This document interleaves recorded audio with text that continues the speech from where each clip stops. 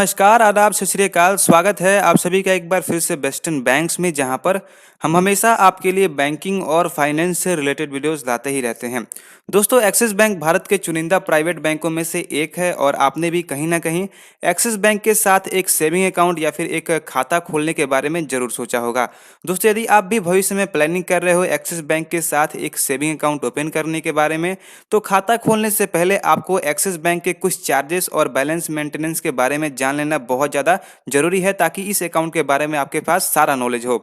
दोस्तों, यहाँ पर इस वीडियो में हम आपको बताने वाले हैं कि एक्सिस बैंक में खाता खोलने के समय आपको कितने पैसे इंस्टेंट जमा करने होते हैं। इसके अलावा यहाँ पर आपको कितने पैसे मेंटेन करके रखने पड़ते हैं। यानी यदि आप एक्सिस बैंक में खाता खोल रहे हो तो वहाँ पर आपको महीने के कितने बैलेंस मेंटेन करके रखने पड़ेंगे, खाते में कितने पैसे रखने पड़ेंगे, ताकि एक्सिस बैंक द्वारा आपसे किसी भी तरीके का कोई भी चार्जेस ना काटा जाए। और यदि आप अपने अकाउंट में एक्सिस बैंक में आप पैसे को मेंटेन करके नहीं रख पाते हो, दिए गए पैसे को, तो यहाँ पर आपको कितने चार्जेस देने पड़ेंगे एक्सिस बैंक को बैलेंस मेंटेनेंस ना करने पे। इन सभी चीज़ों के बारे में इस वीडियो में हम डिस्कशन करने वाले हैं, तो वीडियो में अंत तक बने रहिएगा। उससे पहले आपसे एक छोटी सी रिक्वेस्ट है कि यदि आपने अभी तक हमारे इस चैनल को सब्सक्राइब नहीं किया है तो सब्सक्राइब जरूर कर लीजिएगा। दोस्तों, चलिए अब बढ़ते हैं कंप्यूटर स्क्रीन की ओर। आपको बताते हैं कि एक्सिस बैंक में यदि आप एक खाता खोलते हैं तो आपको इनिशियल कितने पैसे जमा करने होंगे और यहाँ पर आपको महीने के कितने पैसे मेंटेन करके रखने पड़ेंगे, ताकि आपसे कोई भी चार्जेस ना काटे जाएं। और यहाँ पर सबसे पहले हम अभी एक्सिस बैंक के ऑफिशियल वेबसाइट पे हैं। ये सारी जानकारी एक्सिस बैंक द्वारा ऑफिशियली दी गई है। इसका लिंक मैंने आपको डिस्क्रिप्शन बॉक्स में दे दिया है, आप चाहें तो इस वेबसाइट पे आ सकते हैं।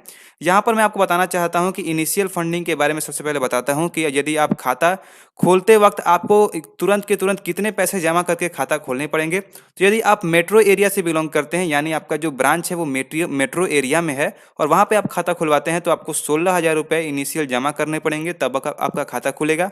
अगर आप अर्बन एरिया से हैं तो यहाँ पर आपको 15,000 रुपये इनिशियल जमा करने पड़ेंगे, तब आपका खाता खुलेगा। और यदि आपका ब्रांच सेमी अर्बन एरिया में है तो आपको 6,000 रुपये जमा करके खाता खुलवाना पड़ेगा।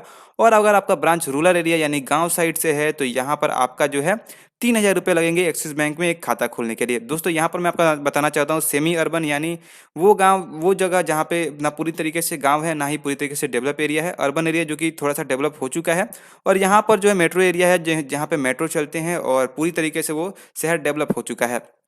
अब चलिए बात करते हैं यहाँ पर हम इसके मिनिमम बैलेंस यहाँ पर कितने मेंटेन करके रखने पड़ेंगे, यानी खाते में खाता खुलवाने के बाद आपको महीने के कितने पैसे मेंटेन करने पड़ेंगे ताकि आपसे चार्जेस ना काटे जाएं। तो दोस्तों, यदि बात करें यहाँ पर बैलेंस मेंटेनेंस की, तो यहाँ पर यदि आप मेट्रो एरिया से बिलोंग करते हैं तो आपको यहाँ पर 10,000 रुपये प्रति माह के मेंटेन करके रखने पड़ेंगे। यानी अपने खाते में रोज के दिन आपके खाते में जो है 10,000 रुपये रहने चाहिए, तभी आपसे कोई भी चार्जेस नहीं काटे जाएंगे। अगर आप अर्बन एरिया से बिलोंग करते हैं फिर भी यहाँ पर आपको 10,000 रुपये अपने खाते में मेंटेन करके रखना पड़ेगा। इसके अलावा यदि आप सेमी अर्बन एरिया से बिलोंग करते हैं तो आपको 5,000 रुपये अपने खाते में मेंटेन करके रखना पड़ेगा। और यहाँ पर यदि आप रूरल एरिया से बिलोंग करते हैं तो यहाँ पर आपको 2,500 रुपये मेंटेन करके रखना पड़ेगा। दोस्तों, बिलोंग का मतलब मेरा ये हुआ कि यदि आप जिस ब्रांच में खाता खुलवाते हैं वो ब्रांच मेट्रो में है तो आपको 10,000 मेंटेन करना पड़ेगा। अर्बन एरिया में आपका ब्रांच है तो 10,000 फिर मेंटेन करना पड़ेगा। यदि आप सेमी अर्बन में ब्रांच है तो आपको 5,000 मेंटेन करना पड़ेगा। और अगर आपका ब्रांच रूरल एरिया में है तो आपको यहाँ पर 2,500 रुपये मेंटेन करके रखने पड़ेंगे। बात करते हैं कि यदि आप एक्सिस बैंक में आप बैलेंस मेंटेन करके नहीं रख पाते हो तो आपसे एक्सिस बैंक द्वारा कितने चार्जेस काटे जाएंगे।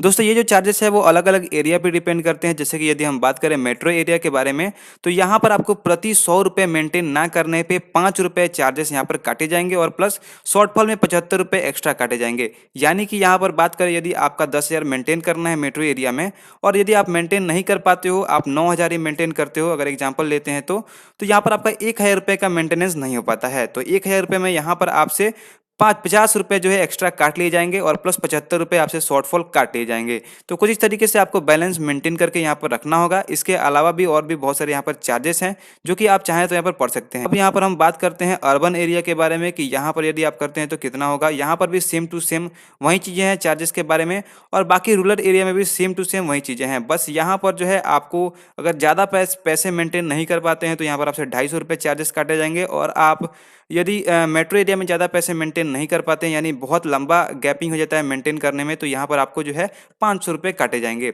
तो यहाँ पर कुछ इस तरीके से आपसे बैलेंस चार्जेस काटे जाएंगे मेंटेनेंस करने के लिए। तो उम्मीद करता हूँ कि मैंने आपको सारी बता दी। यहाँ पर जो है लगभग लगभग सेम ही है, जैसे कि मेट्रो, अर्बन, सेमी अर्बन और रूरल एरिया में लगभग लगभग सेम ही है। तो उम्मीद करता हूँ कि मैंने आपको बता दिया कि एक्सिस बैंक में कितने पैसे आपको मेंटेन करके रखने की जरूरत है और मेंटेन ना करने पे आपको कितने चार्जेस देने पड़ेंगे। दोस्तों, यदि हम ओवरऑल शॉर्टकट में आपको बताएं तो यहाँ पर यदि आप बैलेंस मेंटेन नहीं करते हो तो आपको प्रति 100 रुपये पे 5 रुपये का चार्जेस देना पड़ेगा, ठीक है। इसके अलावा ओवरऑल आपको 75 रुपये एक्स्ट्रा देने पड़ेंगे, जितने भी आपको जो है चार्जेस बनते हैं उस पर 75 रुपये जोड़ के एक्स्ट्रा आपको देना पड़ेगा। सभी एरिया के लिए थोड़ा मोड़ा डिफर है, लेकिन चार्जेस जो है इतने ही है।